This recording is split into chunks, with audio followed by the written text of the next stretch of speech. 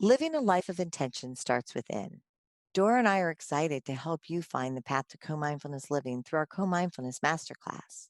Our 7 co-mindfulness principles will take you on a remarkable path towards health and happiness. For more information and to sign up for the masterclass, visit comindfulnessproject.com.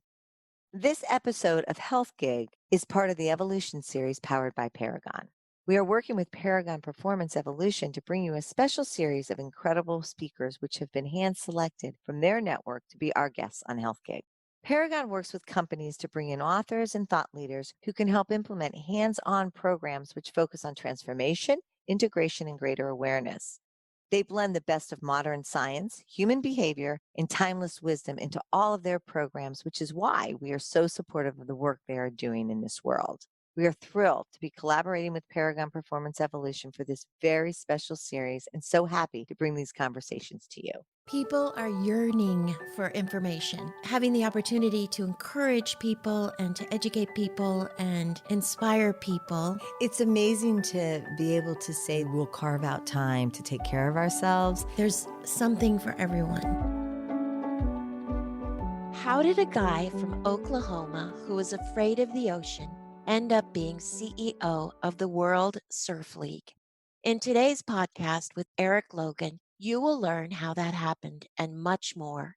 Erik takes us from his days as Chuck the Duck, a radio mascot at a country music station, to vice president of programming and broadcast operations for XM satellite radio, to president of the Oprah Winfrey Network and executive vice president of Harpo Studios, to the World Surf League's president of content, media, and studios, to his current position there as CEO. His journey has been remarkable, but it's his inward journey that caught our attention. So please welcome Erik to Health Gig. Well, I am thrilled to be here. Thank you, Doro, and thank you, Patricia. Hello. Thanks for being here. We're so excited about our conversation today. We have so much we want to talk to you about, but we want to start by asking you about yourself and growing up in Oklahoma. And then all of a sudden, how did you become a media executive from there? So, gosh, the journey starts back in the Stone Ages of the early 70s. I was raised in a very middle class family in Oklahoma City and went to public schools and fell in love with stage performing. And that love kind of came through the Boy Scouts. The Boy Scouts really were an important part of my childhood upbringing. I worked along and got my Eagle, and that provided me this opportunity to do public speaking and stand up in front of people. And long story short, my mother was a receptionist at a radio station in Oklahoma City called KXY. And along around 15 years old, I get a phone call from her going into the summer that said, "Hey, listen, they've got some part time work for you if you want to do it." And I'm like, "Oh, this would be great." I thought it was going to be on the air. It was a mascot. I was Chuck the Duck. And I was like, this was pretty cool because I was making like $5 an hour. So this would have been in the mid 80s. So I think minimum wage in Oklahoma at the time was like three something. So I was making more than minimum wage. And I was like, when this working thing's kind of fun. So I did that. And then my dad, coincidentally, went to work for the competing country station called KEBC. And they had a mascot that was a coyote. And he comes home from work one day and says, "Hey, they want to make you Cody the coyote and you can leave the duck." And I said, "Well, what does the coyote pay?" And the coyote paid $10 an hour. And I'm like, "Well, this working stuff's pretty easy. I just got to keep getting jobs to make more money." So, it was interesting. I started getting in and around this medium of radio, and I really didn't know I had a love for broadcasting or media at all. And what wound up happening was being close to it and being inside the radio station that afforded me an opportunity to lean into it. And I got on the air. And because I had that confidence from being a scout and being a leader and speaking, being on the radio in a room by myself talking to a microphone was no big deal. So that's kind of how the journey began. So, how did you go from being the mascots to running Oprah's companies?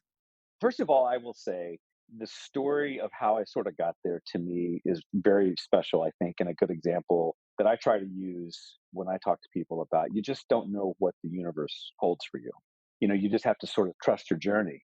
I certainly, in a million years, never imagined when I was the mascot at the radio station and then I became a disc jockey and then I became the station manager, sort of was just working my way up, in Oklahoma City that I ever be like, I'm going to go move to Chicago and run the most successful television show in the world and work for Oprah.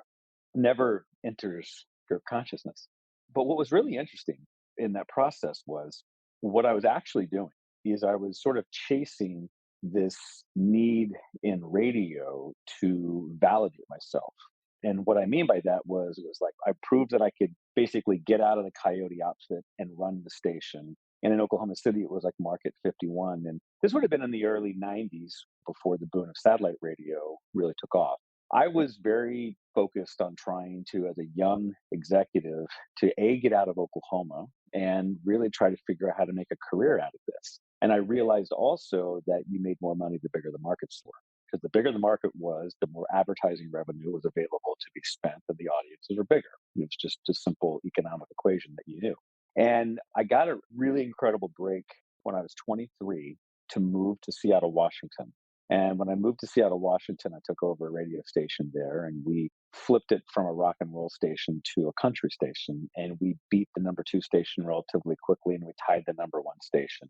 And from there, from Market 51 to Market 13, it sort of unlocked a lot of doors. A lot of people got to know my name in the country music world where I really was. And what happened was that I got a chance to go to San Francisco. Kind of a funny story. I was 24 when I got the job, and they wanted me to start in February of the following year, which I would have been 25.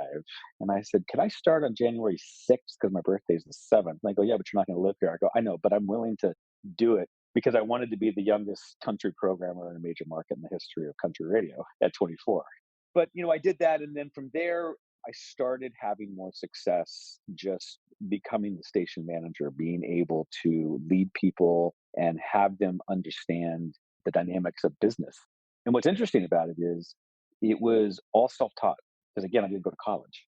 And I really leaned on a lot of the virtues and values of being a scout, leadership, listening to people, reaching out, not to be afraid of help, and all those sort of virtues that the scouting program gave me as a young man. And that journey then took me to Tampa Bay. I was a station manager for a group of stations. From Tampa Bay, I had a brief shot to go to Chicago, and I was the head of all country radio programming now for CBS for a couple of years. That happened over the summer of 2002. And then I moved to New York to be the corporate programmer for CBS. And then I took a little detour and went and was the president of a smaller radio station group out of New York for a while. And this is about the time when everybody was talking about satellite radio was coming on and how nobody was going to pay for satellite radio. It's like it's a disaster. And I was saying this, by the way, this is another great lesson of the story. It's like, who would ever pay for radio? It's free. It's this, it's that. So I was all these like anti-satellite radio kicks. Well, as the universe often does, my phone rings and it's a headhunter saying, "Hey, XM would like to have you come down to DC and talk to him about an opportunity." And I was like, "You're out of your mind. The place is going to be bankrupt. It's a disaster." So I eventually took the opportunity to do that. And I drove down from New York City to Washington, DC. And I was listening to the country station because that was pretty much what I knew. Like, oh, let's just see what you guys are all about. I had to rent a car because I have a hard Manhattan. And I rented a car and I bought the radio and put the little antenna on top of it. And I'm driving to Washington, D.C. Long around Philadelphia, which is about a 90-minute drive-ish, depending upon traffic and whatnot. I realized two things. Number one, I haven't had to change the station. And number two, I hadn't heard a commercial. By the time I got to Baltimore, I knew the terrestrial marketplace had a real problem. And I was like, oh my God, I've been completely naive. My ego had been blocking me seeing this. So I walked into this facility and I was gobsmacked by how beautiful it was. It was state of the art. I had been traveling all across the country, and the CEO at the time was a dear friend of mine named Hugh Pinero. And Hugh said, "Eric, I know you're tired of traveling in small markets. And when you need to go travel to go see your radio stations, all you have to do is walk down the hall." I was like, oh my God, this is amazing. So I left running Citadel and became the head of content and operations for XM Satellite Radio. This is where the Oprah intersection comes, and we'll pause. One of my duties up there as the head of content was to try to expand our portfolio. And doing that, I had a thesis that we needed to attract more females. Our service was very male. They had Howard Stern on Sirius, we had Opie and Anthony, and then there's football, but there really wasn't an offering for women. And I knew, because one of the secrets of programming country radio, most people may not know this, is if you program for the women, the men will come. If you program for the men, no women will listen. And so that was an old axiom in country radio. And so I was like, we have to do that for the service. So it was like one of the lessons that I learned. And I was in a boardroom and they said, well, what's your strategy? I go, well, I'm going to call Oprah Winfrey and see if she wants to do a deal. And everybody in the boardroom literally laughed out loud. They were just like, like, do you know her? And just like that. I mean, and I said to him, I go, well, are you laughing at me or telling me I can't? They're like, oh, no, listen, kid. They kept calling me kid. So I got a little PO'd, right? So I go down to my office, and your younger listeners won't understand it, but two of you will. I dialed 1-312-555-1212, which, if you don't know what that is, it's information in the city. Asked for Harpo, asked for Oprah Winfrey, got to her assistant, left a message, and I was like, okay, no one's ever going to call back. About 2.5, 3 months later, her president, Tim Bennett, calls me back and said, hey, I'm so sorry it's taken so long time to return a phone call. What is it? And we just started having a discussion that led to a chance meeting with some mutual friends. She came by the facility and we did a deal, a 3-year deal, where we put Oprah and Friends radio on XM satellite radio, which predated OWN, the cable network. And a year into that, she called me up after we had done content together and she said, she basically tried to hire me. I turned her down one time. I flew to Chicago. I turned her down again. And then at a certain point, I'm like, I can't say no 3 times, so I better take the job. And then I wound up moving to Chicago. And that's how I found Oprah. And those 2 jobs you turned down, was that the job that you eventually took with Oprah? So here's what's so great about this story. So she wanted me to come leave XM satellite radio on the original conversation to run her one channel. And I was running about 230 channels at this point in time because XM was so big and it was going through a merger with Sirius at the time. So I said, no. I go, that's just too small. Okay. So then I get a phone call that says, you need to come to Chicago to meet her. So I get to Chicago. I fly up to meet her, and I don't know what she wants to talk about. And then her president, Tim Bennett, the same guy, was just like, okay, so Oprah's going to talk to you about the job. I go, well, Tim, I've already turned that job down. He goes, oh, yeah. And so it's almost like you forgot to tell her or something. And so we have this like extraordinarily awkward meeting in her office where she's thinking that I'm coming in to run that one channel. And I'm like literally in her office in Chicago. And I'm like, she's like, you're not doing this. I go, no, I'm not doing this. And she said, why? And so I explained to her, I go, well, you're one channel. This is a huge network. I'm a media guy. I went through the whole stuff. And she goes, well, what would you do if you were running it? And I go, well, I said, listen, I'm happy to help you. So I did the whole like collaborate. So I do all that and we have a great discussion. And she said, you're not taking the job. I said, no, ma'am, I am not. She goes, okay, thank you. I go, you're more than welcome. We'll talk soon. So I get up, I leave her office, I walk across the street to another building. And I was walking into another building where the radio studio was. At this point in time, their CFO guy named Doug Pattison comes by, taps me on the shoulder, and goes, hey, the boss wants to see you before you leave. And I'm like, what? Now I'm like freaked out. And so I walk back across the street to the studio, go into her office. And it was a moment of my career I'll never forget. She was sitting, at her desk and she said, okay, let me get this right. So I'm talking to you about peanuts. And I'm like, okay. And XM is about like apples. So it's like apples and peanuts. So she draws the analogy that she understands now that that job's much bigger. And this one that she was offering me is much smaller. And she goes, so what if I offered you to be the executive vice president of Harpo? And I said, what's that? I mean, literally, I didn't know what to say. I was a complete moron. She said, what do you mean, what's that? I go, what's Harpo? She goes, I'm Harpo. She goes, Harpo is me. Harpo is this. Harpo is the show. Harpo is Dr. Phil. Harpo is me. She goes through the other stuff. And I was like, oh, wow. And then she goes, what do you think about that? And I said, well, I think we're bypassed apples and we're onto a whole fruit salad now. And that became she and I's little private thing about fruit salad. She's shared that story a few times in a couple of little speeches she did on my behalf about when I left the room, that she immediately was like, where's he going? Get him back in here. And that started a 10-year partnership with her. I worked for her 10 years. So we're hearing you use a lot of language like the universe, trusting the journey, letting go of my ego. At what point did you start sort of becoming this person that was sort of aware? It was very late. When I was with Oprah, and obviously you can't be that close to the show and her and everything that's happening in the company and have it not help frame your thinking. I would tell you that the single greatest gift I got from those 10 years of Harpo was helping me understand through a framework and a languaging that makes me a better person through looking at things holistically from a universal point of view to life balance to understanding why I may be resisting certain things and being very honest about the fact that we are not perfect. We are really imperfect, and there's challenges and what are the lessons with everything that we're getting and how are we seeing these lessons and how are we taking them in? That is all 10 years of being there. That's what that is. And it's changed how I run my company today. I run professional surfing from a place of intention now. But I would tell you, I learned a lot of like confidence and leadership and did a lot of my gut through most of my career. And now I look back and understand what was actually happening. I was a bit in a flow state.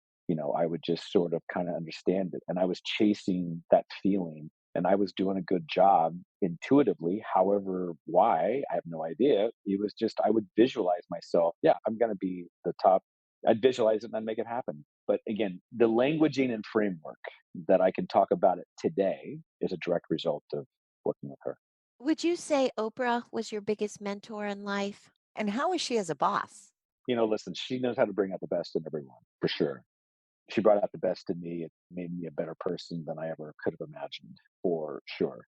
As a boss perspective, here's what I always say. I always say, it's like, look, imagine how great she could be as a boss. Just imagine she would be the best boss in the world and take it up by a factor of two or three. And that's who she was.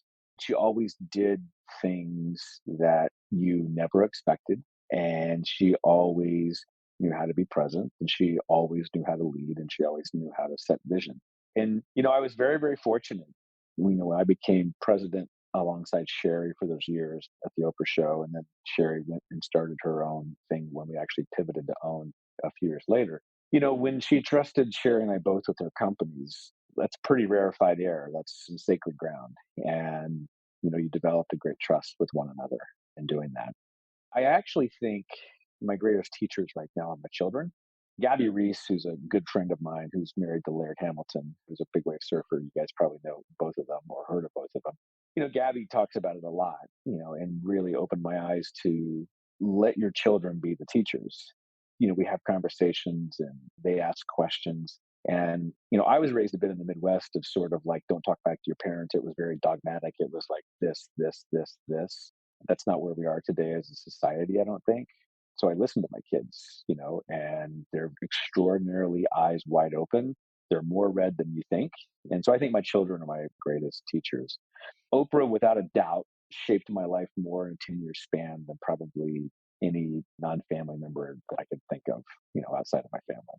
So, when did surfing come into your life? And in our discussion with you a few weeks ago, you told us you had a lifelong fear of the ocean. So, how did surfing appear in your life? So when we ended the Oprah Winfrey Show on May 25th, 2011, that was the final show. And it wasn't too long after that that she brought me into her office and we knew that we had a problem. So OWN had launched the cable network on January 1st, 2011, about 5 months before the end of the Oprah Show. And the network really never took its root. That's a whole other podcast as to how we actually corrected and fixed the network and why it was what it was. But she realized that she had a leadership problem at OWN.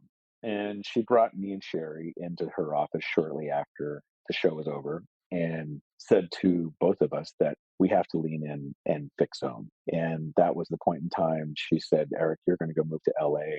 Sherry, you'll stay in Chicago and oversee the production side. Eric, you go to LA and go fix the cable network and you guys run these companies together. That started my journey out to Los Angeles. And we came to LA, bought a house in Manhattan Beach. And Manhattan Beach, our house is like 5 blocks from the ocean. Now, again, go back in time to Chuck the Duck, landlocked kid, Oklahoma.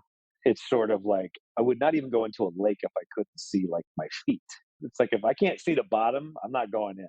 And so my wife at the time, Erin, bought me a wetsuit when I was 41 for my 41st birthday as a kind of a joke.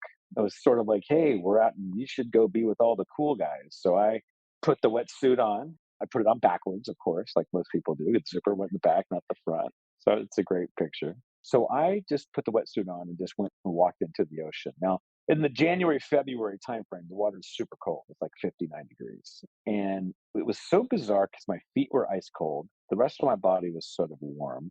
And you get those anxiety blankets, put those blankets around you, like, and so all of a sudden you've got this anxiety, you're in this wetsuit, you're like, this is okay. I feel a little bit safe. It kind of felt like a suit of armor. And I then started like boogie boarding, which, if you don't know what boogie boarding is, these are the small foam things that the kids that are like 7 years old ride all the time in the shore pound. So I'm like, let me go try that.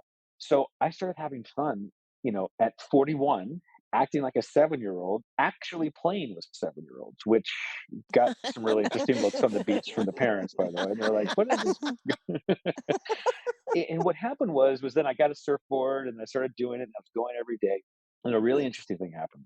It just became a passion like overnight. It ignited something in me. And all of a sudden, the thoughts of the fears of the ocean, everything that was happening was just out the window because I was so focused on surfing and catching that feeling.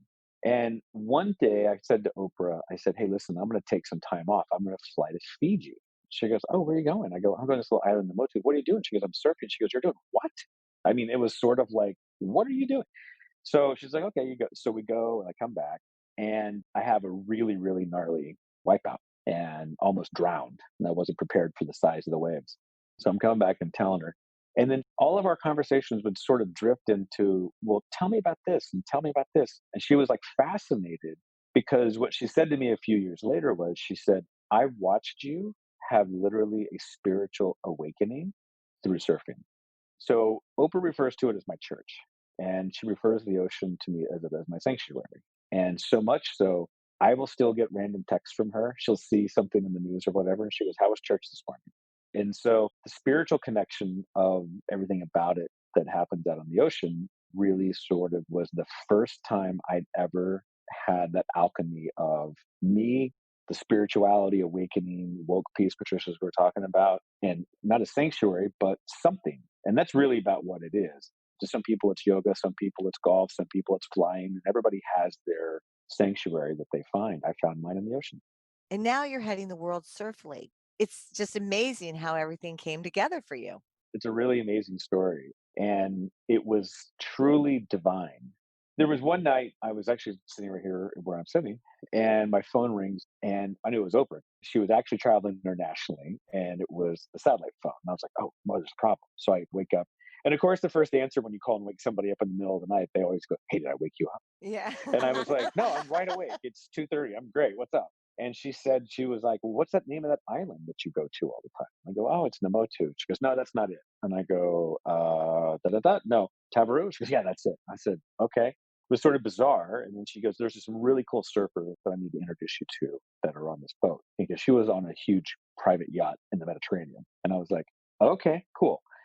So that kind of goes away. And a day or two later, I get this random email. It's like those emails you get from like alphatreefriend@gmail.com. You're like, you have no idea who it is, right? They're like these really bizarre emails. And it's like, Oprah said we should connect you guys. I'm like, cool. And I'm trying to figure out who it is. And I'm convinced it's Kelly Slater. I mean, who else is on a boat with Oprah besides Kelly Slater? And I'm going, it can't be Laird because she knows I know Laird. It's like, so it's got to be Kelly. Okay, cool. So going back and forth, what surfboard are you? I mean, just two guys talking about surf, back and forth, back and forth, back and forth, back and forth. And then it was like, I need to figure out who this person is. So I emailed back and I'd be like, so great. Hey, listen, I got to kick out. I came up with some terrible excuse. And it's sort of like, I got to get this some work on a company. Oprah had mentioned you did some stuff with surfing. And then he said, it was great. I still have this email, by the way. It was great. He said, I do things with surfing. My name is Dirk Ziff. I own the World Surf League. And I was like, oh my Oh, God. whoops. Right. And then so I sent it to Oprah, and her reply to me was priceless. She goes, I told you it was a good hookup. I'm like, are you kidding me? So that led to a relationship with Dirk. Now, Dirk Ziff and his wife, Natasha, and an ownership group owns the World Surf League. And the World Surf League, for your listeners, if they don't know what it is, it's effectively the professional sports league for surfing globally. It's the same analogy that you would have for NFL or MLB or MLS for soccer or baseball or anything else. But we put on all the events. We crown the world champions every year for professional surfing. And we're based in Santa Monica, California. And it started a great relationship. I was on the advisory board, got to meet the executives. And lo and behold, about 2 years later, I get a phone call from the then CEO at the time who said to me, hey, would you ever consider coming over and creating a studio?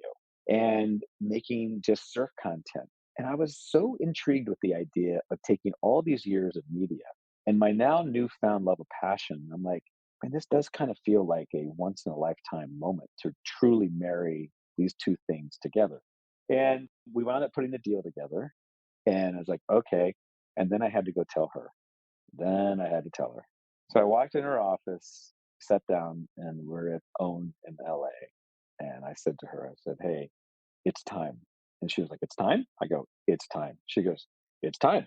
And then I told her about it, and she was extraordinarily happy for me, and very proud, you know. And then she kept saying, and she still does, she goes, I have no idea how you manifested that, how you took everything that you've done and manifested this career. Then I go there, and then after I'm there for about a year, I become CEO, and I've only been CEO since January of this year. So that's kind of how it all happened. I mean, it really is a dream for people to marry their passion with their career, and you've done it. And it's truly amazing. Well, you know what? It's interesting, Dora. It's like I haven't really talked about this part a lot, but there's been more than one time that I felt like I blew it, that it probably wasn't a good idea. And it's super stressful because what was really hard for me to sort of get clear in my head, and I think I'm better now, but I still have moments where it's pretty stressful. When I was running OWN, I'm in a black wetsuit and I'm surfing out here at Manhattan Beach. Nobody knows that I'm running Oprah's company. They're like, who cares? I'm a bit of the face of professional surfing. And so my sanctuary, which was everything and beautiful, I had a degree of anonymity when I was out there. I don't anymore. And, you know, I'd be ridiculed because there's this natural tension in our sport of the establishment. Locals don't want to make it corporate, and I'm the corporate guy, which I'm used to that role, but it really blurred the lines of that. And I really had to do a lot of like soul searching of like, man, is this really the right thing for me? Is it the right thing for my career? Is it the right thing for me personally? Because I feel like I'm losing a bit of myself out there. It's a constant struggle. And I have found a couple of different places I can go and be with groups of people who just let me be me and they don't talk to me about the sport. But it's inevitable when I travel, people paddle up and they'll be like, oh, Elo, can I ask you a question? And you're like, I just have to be okay with it. And I'm actually okay with it. And I look at it now as a privilege. So it's a privilege to do it. And I'm not going to do it forever. And I don't want to look back and say, boy, I wish I was more grateful. Dora and I had so much fun researching you, watching the videos on the website. We were just mesmerized. The beauty and the power of the waves is just unimaginable. So, what can we expect from you and from the league in terms of content? Well, here is the thing. You know, what's so amazing is everybody's like, oh, congratulations, you're the CEO. I go, I became CEO and then we entered a global pandemic in like 5 weeks. Yeah. Be much more clear about what you're asking the universe to bring you, because if you leave some details out, it's going to bring Yeah. you a pandemic. They fill it in. So listen, I mean, we're really excited. All guns are going. We're going to get the tour stood up hopefully in December. We're working with our Hawaii partners right now to try to do that. It's really challenging. You know, our professional tour is comprised of 2,500 surfers. Our championship tour, which is our top tier surfers, about over 50, and they have 8 different citizenships.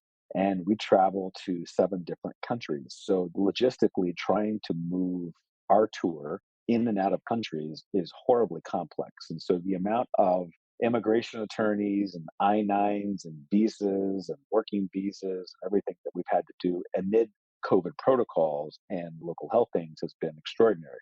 But I feel really good that we're going to be able to get our tour back up. We did not run basically at all in 2020. So we're going to get it back up for 21. We'll start at the end of this year, hopefully. And from there, the content that we're creating is pretty exciting, Patricia. We've got a show that we have shot that we will be airing on ABC called Ultimate Surfer. They haven't announced an air date yet, but it'll be some point in 2021. You know, we take 7 up and coming men and women and they compete for a shot on our tour. And it's like a reality based competition show that we taped at Kelly Slater's Surf Ranch. And a lot of the other content that we do is really, if you think about it, in kind of 2 different baskets. There's the professional side of things, which is the core of our sport, which is like surf competitions and winners and world champions. And then off to it is this entire universe around surfing that really gets into travel, that gets into lifestyle, that gets into fashion. And the thing about our community is that surf and surf global lifestyles really are drivers for so many things. It's destination. People aspire to be in it. It's hypnotic when you look at the waves. It's crazy when you watch it. It has a feeling when you have it. Fashion's been for decades informed by surf culture. Surf culture has been a leading indicator of that. And so us as a league have a really unique position to participate in all these different places. So a lot of the shows that we've been developing and building go explore what it means to go on a surf trip and what it means to travel to places that you've never seen. And your surfboard is your sort of ticket, if you will. I never would have gone to Fiji. I'm a perfect example. As I was saying earlier, it's like I go to Fiji, I've gone to Costa Rica, go to Nicaragua. I'm from Oklahoma. It's like I just went to Dallas. That was like a big trip. Well, it is. It's like if you are a golfer, you'll want to go to this golf course or that golf course. And like you're saying, this is just taking you to places you've maybe never even dreamed about, but you find a home when you're there. You do, and I think golf is a great analog for what we do because, you may be in a foreign land and you may not be able to speak the language and, but you're paired up with a foursome or out in the lineup in the surfer's case with people from other countries. The common language is your love for the sport. And I just find it to be such a beautiful bridge with people that I go into the ocean with all the time that are complete strangers in foreign lands.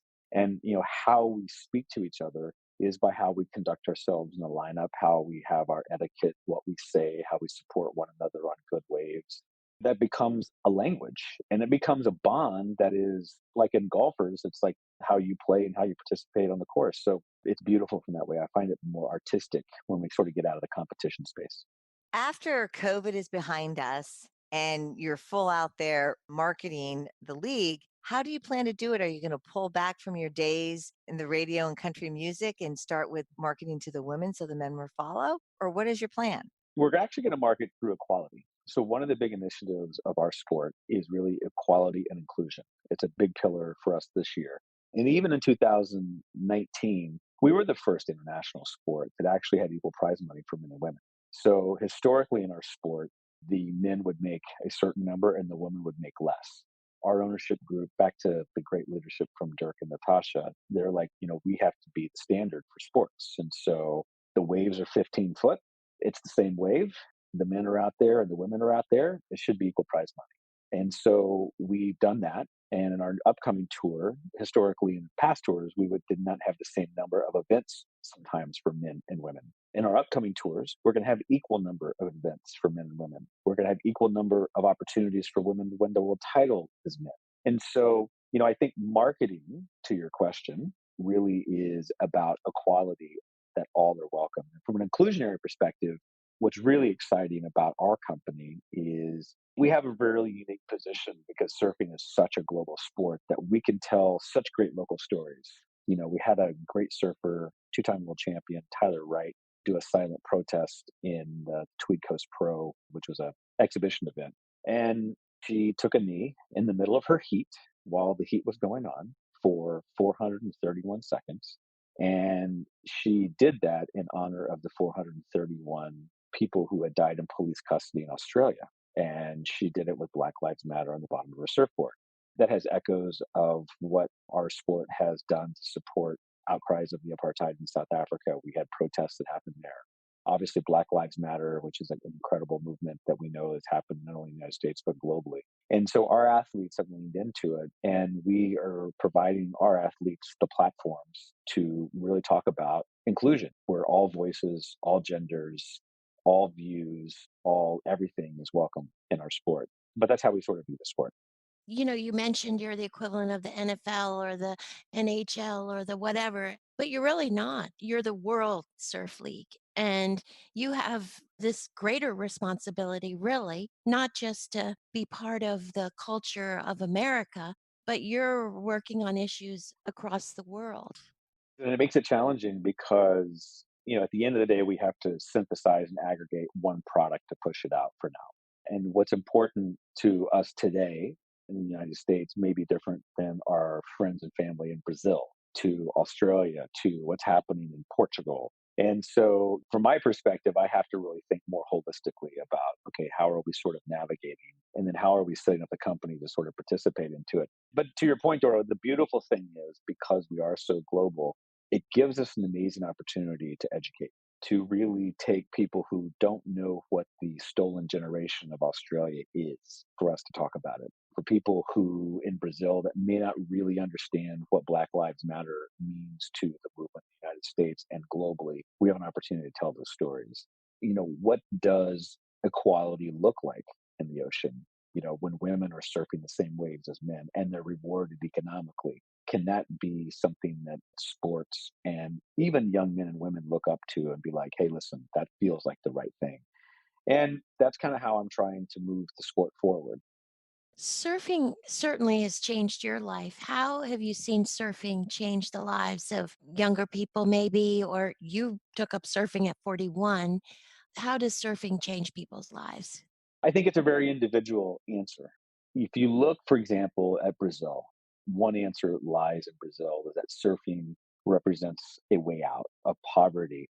We have a two-time world champion, Gabriel Medina, who was the first Brazilian to win a world title. And since then, I think we've had Gabby Italo, Andre de Souza. We've had like five champions and three different people have come out of Brazil. And now the women are doing well. When Gabby and Italo and Felipe and our Brazilian surfers go home, they are literal rock stars. It's like Neymar, who's the soccer player, and Gabriel Medina. They are these rock stars in Brazil. So that's from a Brazilian point of view, that is one of the many views that the Brazilians could have about it. When you look at, like in Australia, for example, surfing is really the national pastime, much like baseball is for us, but it's surfing for them. And so the strength of the Australian surfers is unparalleled. We have over 21 of them on tour between the men and the women. And, Stephanie Gilmore is our 8-time world champion. The beautiful thing about surfing is depending upon what you're searching for, I believe that surfing can fill that void. And for a lot of people, you don't know what it is. And, you think I'll just try it. And all of a sudden, the alchemy of what happens, it sort of comes to you. The things about surfing, Dora, that I always say are that there's not many sports where you're actually riding raw energy.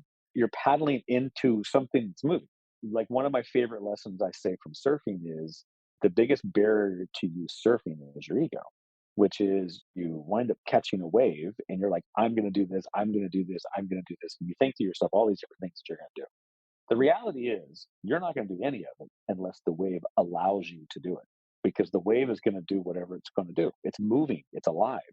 And the more I stay in that space, the better I feel connected. Well, Erik, what's one last thought you'd like to leave with us and with our listeners? I'd sort of end with this, that I was not looking, to be really, really honest, to find this whole thesis of like, hey, make your life's passion your work and your work your passion. And everybody talks about how you marry these two things together. It sort of found me, is the best way I can say it. You just have to be open and into the sort of flow. And what I would say, how this all happened, is trusting yourself and trusting the universe and things are happening as they were supposed to be. Oprah would speak of divine order. Everything happens in divine order. And our job is to stay in flow of that divine order. And, I had the opportunity to do it, and it was a courageous move. The number of people, when I said I was quitting OWN to go do this, they first were like, are you insane? It started there. And then it's like, where are you going? Because I never heard of it.